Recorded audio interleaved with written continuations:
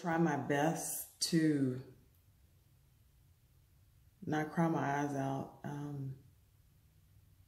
I feel like I've cried so much in the past week and a half that I don't really have any more tears left. But losing Big Guy, oh my gosh. Now, yes, I know he was 15 years old, and we knew that any day, you know, Big Guy could go. It's just, I don't know, you just never prepare yourself for that day that it's gonna happen. And I wanted to make sure that I told you guys, you know, I'm a real person, real feelings, real emotions. And with my channel, I'm trying to keep it as real as possible. I'm not gonna sit here and sugarcoat anything. I'm not gonna blow smoke in between your ears or wherever else you want to put it, because I've never been that fake person. So what you see is what you get. But 2019 has been, it feels like the worst for me, and I can't figure that out because I don't talk bad about people. I try my best to do any and everything I can to help those that need help. But my mom told me, she says, you know, things happen for a reason. And I'm not sure why this has happened to all of us, especially right now. I mean, it's never a good time to pass away, but I don't know. I never knew how much, well, I knew how much Big Guy meant to me, but I didn't know that it was going to affect me this way. Here come the waterworks.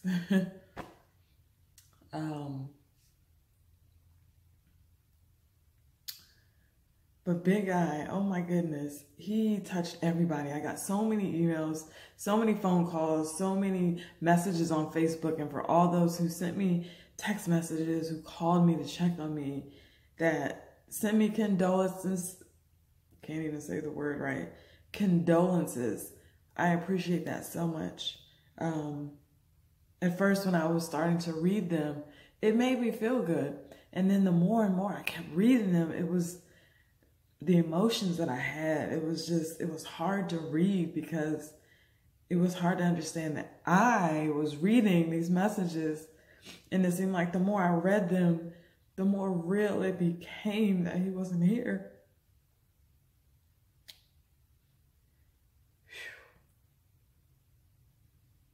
I may have to stop this video because I don't want to just pour out my feelings at this point, only because I'm trying to tell you what happened, and it's kind of hard to talk and cry at the same time. So I'm gonna stop this and try to get myself together, and then I'm gonna regroup and come back. Okay, I'm back. It's hard trying to talk about this, and everybody always says, you know, when you have a lot on your mind, get it off your chest, talk about it, it'll make you feel better. It doesn't really make me feel better.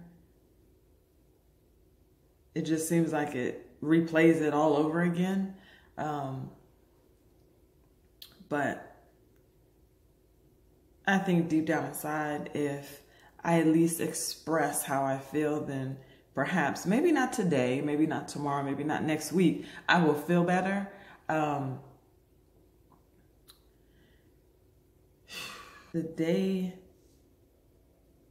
that Big Guy passed away was one of the hardest days for all of us, because we all had to make a decision as a family, you know, what to do. Before we rushed into the animal hospital, earlier in the day, you know, as usual, Big Guy's always on the bed with me. But Big Guy was close to the edge of the bed. And, you know, for hours, I struggled with that because he was already 95% blind, probably 98% deaf. We had to do a lot of yelling in the house just to get his attention. But because he was so close to the edge of the bed, you know, I kept thinking maybe I could have done something differently. But I couldn't. I remember seeing him at the edge of the bed. He had jerked really hard. And when I looked over at him, I just seen his legs up in the air and he fell off the bed. I ran to the other side of the bed to make sure he was okay. And he was trying to get up, and, you know, I got him up, and, you know, I watched over him, and he seemed like he was okay. I couldn't tell, you know, if he was severely injured or not. He didn't say anything. He wasn't crying. He was just trying to move around. And so as, you know, I stayed with him and watched him. And when he started to walk, instead of walking straight, he was walking like in a circle almost. It was just, I don't know. I never seen anything like that before. And he was actually walking, and he had usage of his legs. So he was walking, and I thought everything was fine. And as the day progressed, it just seemed like things just went horribly wrong. Apparently, he had a series of strokes. And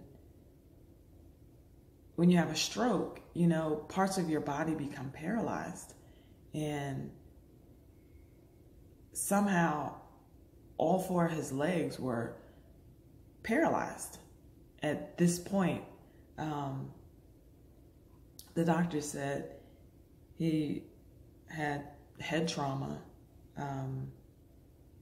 and he did have a severe stroke, several strokes. And as we were taking him to the animal hospital, even before we were taking him to the animal hospital, I never heard him cry like this before. Never had I heard him cry. It reminded me of a newborn baby almost, but it was, you could tell that he was in pain, and oh, it just crushed my heart.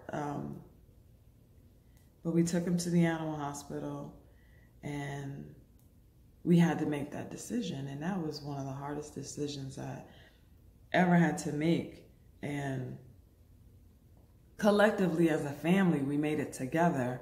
But we stayed with Big Eye. Gabby didn't want to watch him be euthanized, and I could understand that. But my husband and I, we stayed with him. You know, they wrapped him. I asked them if they could wrap him in a blanket because he loved being in a blanket. And I held him like I always would. And we stayed with him all the way until the end. And when I say it was hard leaving, it was very hard leaving him.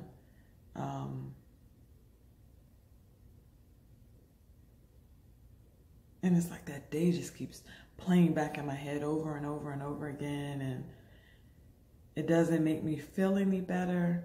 But I know that instead of watching him struggle and be in pain, that it was the best thing for us to do. Big Eye wasn't the average dog. Big Eye believed he was a person. And, you know, our family has a lot to do with that. A lot of people just have dogs or cats and they just have them in the house or have them outside, and they're just there, I guess, as a fixture. Big Eye was a family member to all of us. We took him everywhere we could. And everybody, he had a way of making everybody feel wonderful. I know there was a point in my life where I didn't show that much emotion. I wasn't a really lovable person. I really wasn't. But when I got Big Eye, Big Eye showed me how to love, no matter what. He was always there. I mean, when I went to the bathroom, he was there. I sit on the toilet, he's looking at me. I get in the shower, he's right there at the right where the shower is. He's right there when I get in. He's like my bodyguard. He was always watching over me. He's always watching over Gabby.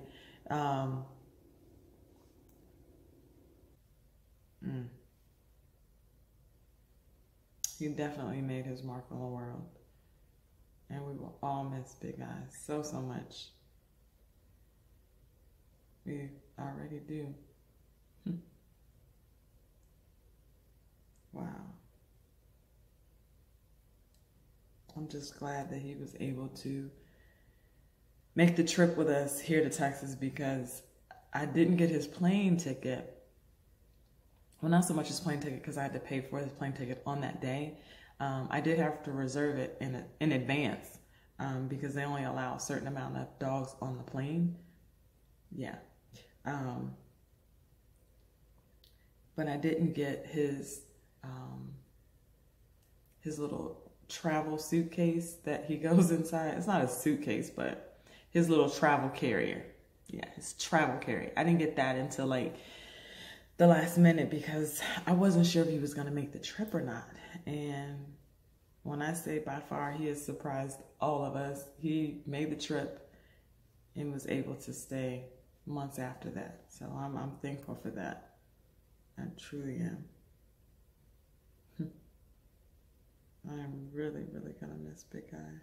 I miss him every day. For all those watching, thank you for listening to me talk about what Big Eye means and meant to me. Again, this is one of the hardest videos I've had to actually put out. I don't even know how I'm gonna edit this. But thank you. Thank you for watching.